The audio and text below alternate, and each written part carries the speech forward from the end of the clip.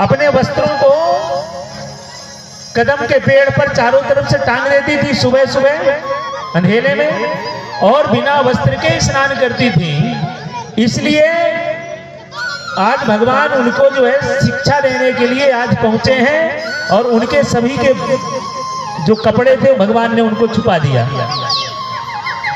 कि श्याम सुंदर ते दास्याः करवावं तदोदितम्। जैसे स्नान करके बाहर निकलना चाहा महाराज, उनके कपड़े जब नहीं दिखे, देखा कि ये तो लाला चुरा लिया हमारा। दोनों हाथ जोड़ ली गोपियों ने कि लाला हमारे वस्त्र दे दे। बोले आकर के ले लो, तो बोले हम वस्त्र में नहीं है। तो भगवान कहते हैं कि आपको ये लगता है कि केवल नदी के बाहर भगवान ये कि लोग रहते हैं तो देखते हैं, तो ये जो आपके अंदर अज्ञानता है कि केवल बाहरी आवरण को लोग देखते हैं, तो आप नदी के अंदर भी तो देवता रहते हैं।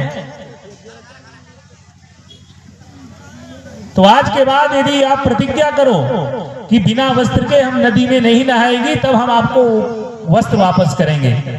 सभी गोपियों ने हाथ जोड़ करके प्रणाम किया और कहा कि आज के बाद हम बिना वस्त्र के नदी में स्नान नहीं करेंगे, क्योंकि नदी में भी देवता का वास रहता था। भगवान ने चीर हरण इसलिए किया, चीर हरण इसलिए किए कि अंदर का जो अज्ञान रूपी अंधकार है सबसे पहले उसका हरण करें। बाहरी पर्दे केवल हमारी मर्यादा के लिए हैं। जब तक आंतरिक पर्दे की खूबसूरती अच्छाइयों को नहीं ग्रहण करेंगे, आंतरिक अंधकार रूपी अज्ञानता रूपी कपड़े को हम नहीं धोएंगे, तब तक हमारे अंदर वो ज्ञान रूपी प्रकाश का अवतरण नहीं होगा। इसलिए आज अज्ञान रूपी पर्दे को आज हटाने के लिए भगवान ने चीर हरण किया। चीर हरण कोई उनके लिए प्रसन्नता का विषय नहीं था, केवल विषय था ज्ञान का, कि ये जाने कि जल के अंदर भी देव रहते हैं।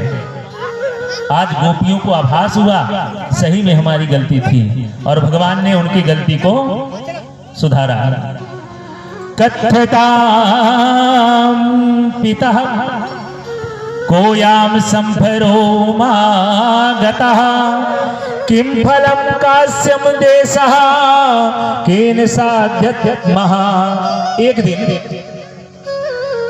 मैया यशोदा बहुत सुंदर सुंदर पकवान बना रही थी, बढ़िया मीठा बना रही थी, कचौड़ियां बना रही थी, और बढ़िया सुंदर सुंदर दूध की जितनी भी मिठाइयां थी महाराज, पकवान तैयार हो रहे थे।